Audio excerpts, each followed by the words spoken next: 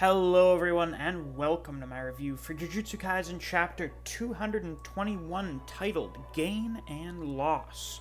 Before we get into this week's review, as always, if you haven't already, definitely be sure to like and subscribe so you don't miss any of my uploads. I like to try and hit at least 100 likes on this week's review. Now then, this week's chapter was, it was alright, it was pretty good. Somewhat significant.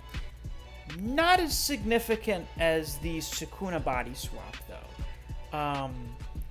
I think upending the Chapter 1 constant is slightly more significant than interrupting the 130-odd chapters constant.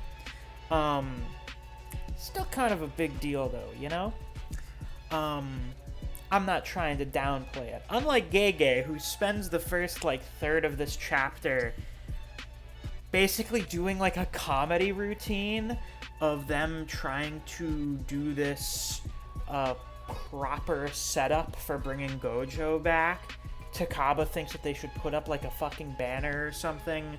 They're thinking, depending on how the flow of time has been experienced by Gojo, he may be, slightly deranged, more than he already was from his time in there. And also, maybe Gojo comes out of the box swinging, so maybe not a good idea to let him out just in, a classroom or something. That's probably not a good idea. So they go out to one of the training grounds, and that's where Hana is going to use Jacob's ladder to undo the seal on the back door of the prison realm. And the way they're treating this is so silly. They are staying behind sandbag barriers. As if that would stop anything that Gojo could conceivably do. Kirara is recording it on her phone. Like she's putting it on Instagram or something. As Jacob's ladder is being cast, Takaba is, looking at the camera and doing a peace sign. So I guess that confirms he has, fourth wall awareness or something. I don't know. And Shogo's sitting there in, a director's chair wearing sunglasses, looking bored out of her skull. Which is great. And then the back door of the prison realm disappears. And it's like, oh shit! Did we accidentally erase Gojo? That would be really bad, right? And then Hana starts thinking, oh shit, did I just delete our chance at victory? Fuck. But that's not what happened. I guess when you undo the seal on the back door, it just disappears, and then the front door opens? So, I don't know. So I guess it's not really a back door, it's just sort of like an extra doorknob or something. It's just another entryway? I don't know, it's like a switch. If you want to open the back door, it opens the front door. I don't know. And immediately afterwards, an earthquake happens. The reason for this is Kenjaku placed the prison realm at the subduction zone, 8 kilometers beneath the surface of the ocean in the Japan Trench. So, he put the prison realm between 2 tectonic plates, 8 kilometers beneath the surface of the ocean, and then put multiple layers of seals and cursed spirits there. Because I guess Tengen told Kenjaku about the back door and how Gojo would presumably come out of the main prison realm if the back door was opened. So Kenjaku put all of those there in hopes that somehow these things would kill Gojo. I don't fucking know how. I don't know how they could have conceived that these things could kill Gojo. But, it didn't. Because Gojo's here, wherever Kenjaku is. His Jujutsu uniform has been, shredded. Presumably that's because of the pressure of the ocean and then all of the cursed spirits and shit. But I guess Gojo breaking out of the prison realm released so much power. Maybe it was him killing all the curses and stuff that, shook the tectonic plates and caused an earthquake. So that's one of the higher feats in the series. I don't think anyone's gonna beat the actual black hole, but, up there. And now Gojo's just here. And this situation is so funny the longer I think about it. Or, I don't know if funny is the word for it. Amusing, entertaining, exciting. Because what it seems like the thought process here was is Gojo gets out of the box, and he's like, okay, where's the guy that took over Geto's body? I'm gonna go kill him right now. Because it seems like not really any time has passed. It's just, he gets out, and he's like, cool, where's the guy that put me in the box and took over my friend's body? I'm gonna go kill him. Because per his own admission, he came here to give Suguru a proper burial. He came here to just kill Kenjaku. That was the first priority. Out of the box, where's the main villain? I'm gonna go kill him. I'm gonna go fucking kill him. And he would. Which is why the situation here is really funny.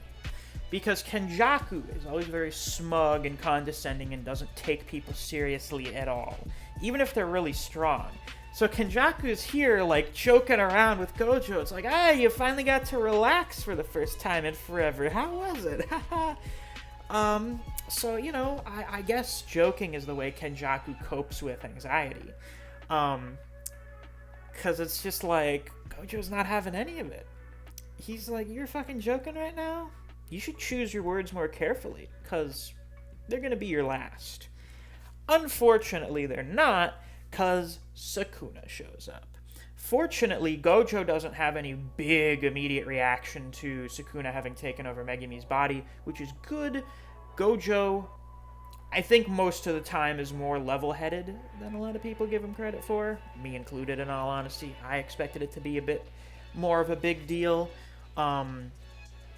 I suppose, given how the Six Eyes work, he probably would have seen that basically as soon as he got out. Like, he'd look around, he would look at every living thing in Japan, and be like, oh, what the fuck is going on with Megumi? So, I guess it's not his first time seeing this. You know, he saw it as soon as he got out, and so he's had, like, a minute to mull it over. And man,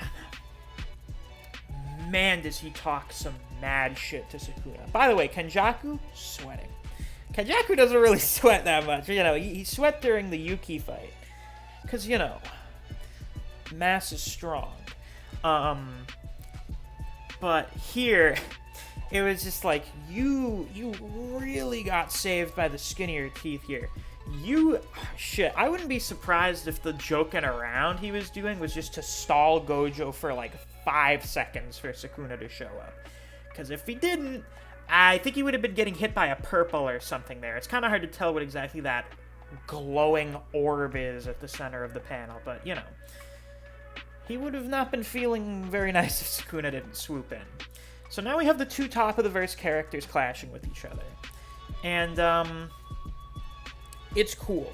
We get multiple callbacks to Chapter 3. In this chapter, first off, Sukuna saying, you know, didn't I tell you, as soon as I took over this brat's body, you'd be the first person I killed?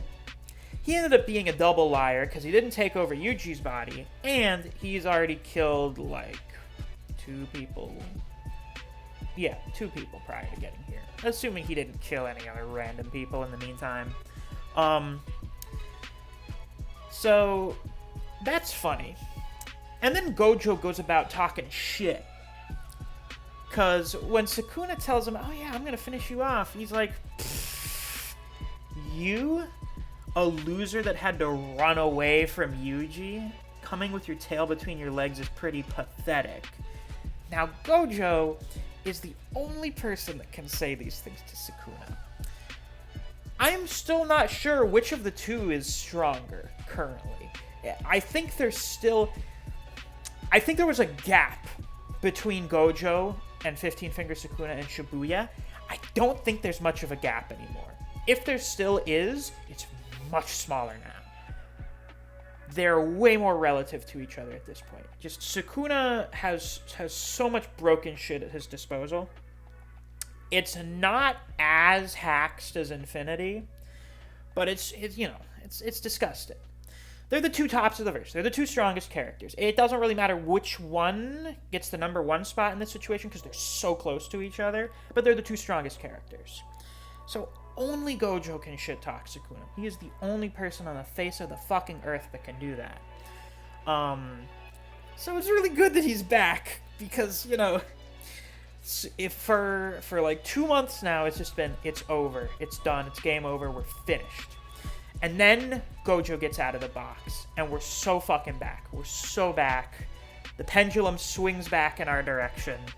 Gojo being back is not the win condition that it was before, but now it's, we can probably pull this off. We can maybe win. We have a fighting chance now, as opposed to when we had the 2 strongest characters not inside of a box on the antagonist side, and only like 1 of them on our side.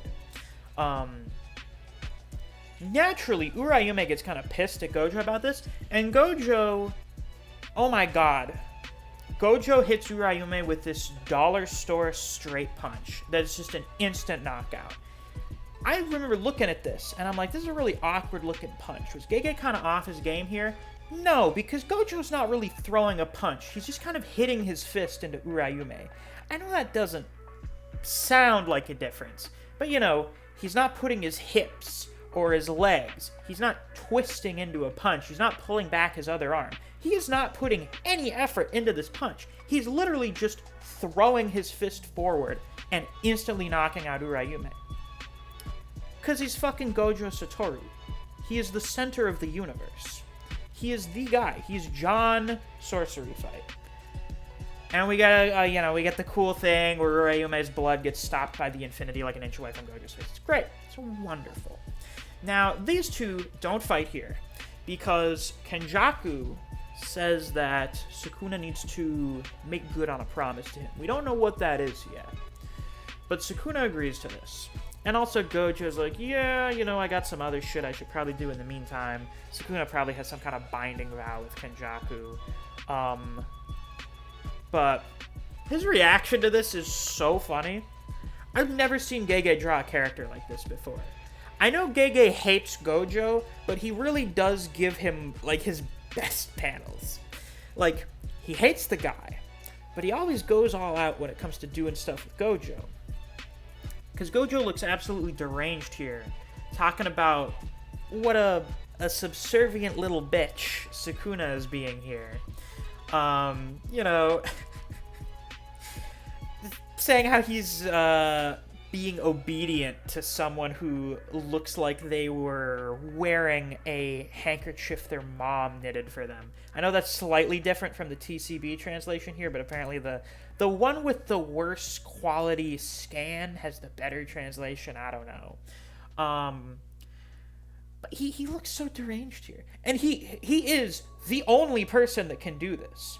He definitely beats Kenjaku, and he can maybe beat Sukuna. He's the only person that can do this. However, he can't beat both of these guys. I'm sorry. The number 1 strongest character can't beat the number 2 and number 3 at the same time. It's not possible. They're too relative to each other. Even if the gap between Kenjaku and Sukuna is way bigger than the gap between Sukuna and Gojo, it's not beating both of them at the same time. So it's good that they decide to arrange the fight at a later day.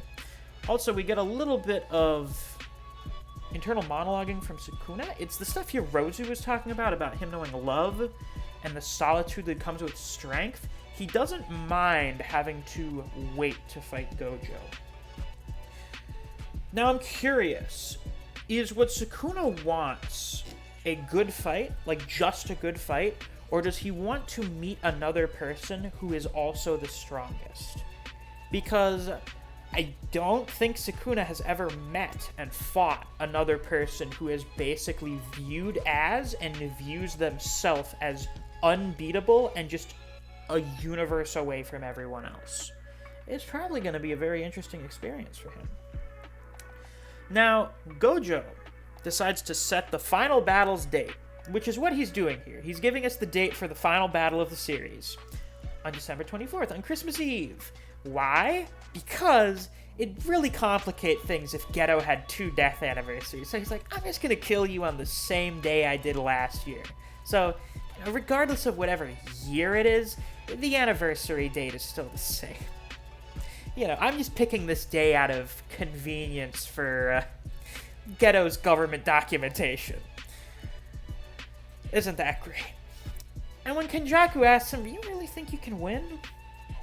He thinks back to Chapter 3 and that legendary conversation of, who's stronger between you and Sukuna? I don't know. I mean, if Sukuna got all of his power back, I suppose, I'd work up a bit of a sweat having to fight him. Would you lose to him? No. I will win. Gojo's back, and he's like, yeah, it's over. We're going to win. I'm back. We're going to win. It's that easy. It's a declaration of victory before it's even happened. So that feels pretty fucking good after the, abject despair of the last 10 chapters or so. It feels pretty nice. So presumably, Gojo's gonna spend the next month plus giving everyone a really accelerated training arc. Yuji, you've gotten much stronger, but also, we're fighting top tiers, and you need some sort of power up here. And then, stuff for the other people. It's probably going to primarily focus on Yuji, because, he's the only first year left, essentially. And, check back in on the other students. That'll be nice. That's probably going to add a few weeks onto the series, at least. Depends on how much Gege wants to go into detail with it. Given that character moments are good, hopefully he decides to go fairly in-depth into it. And, so the series doesn't end as soon. But I think our odds are pretty good. You have Gojo, and then Sukuna, who's fairly relative to each other. They're going to fight each other. Then you have Kenjaku and Yuta, and then you're going to have somebody backing Yuta up. Probably Maki, and then maybe someone else in addition there. Also, Kashimo's here. Kashimo's probably going to get in on that fight with Sukuna in some manner, because that's what he's here for. Then we have Urayume, who's strong, but not on the level of Kenjaku and Sukuna. So, presumably, Urayume is going to be the fight for everybody else. Yuji gets involved in really any of these three fights in some manner. I think our odds are pretty good. Oh, and Kenjaku's probably going to bring around a couple thousand really strong curses, so you're going to have everyone having to fight those as well. But, I would say the odds are quite even, actually. I would say the setup for this fight is, or not this singular fight, this battle, the final battle. The odds are pretty even, which is good. Which means these last three big fights are probably going to be fantastic. I mean, you already know Gege does really good fights, so it's not going to be shocking in the slightest that the last three big fights of the series are going to be really, really good. Which is also why I hope that we get a bit of this little training arc. Because, more character building and emotional build-up to this final stretch of the story, the climax. We're probably going to be getting the final arc announcement sometime in the next few months. So that's going to be an experience. But yeah, the man's back. The Honored One has returned. Gojo is the Jujutsu Kaisen character for the masses. He is the guy. When people think of Jujutsu Kaisen, they think of Gojo. So it's pretty good that the guy who's pretty much the mascot for the series has returned. Because, well, Gojo is just kind of a delight. And really hyped because he's the strongest character. So, needless to say, we're probably going to be getting even more really good stuff in the future.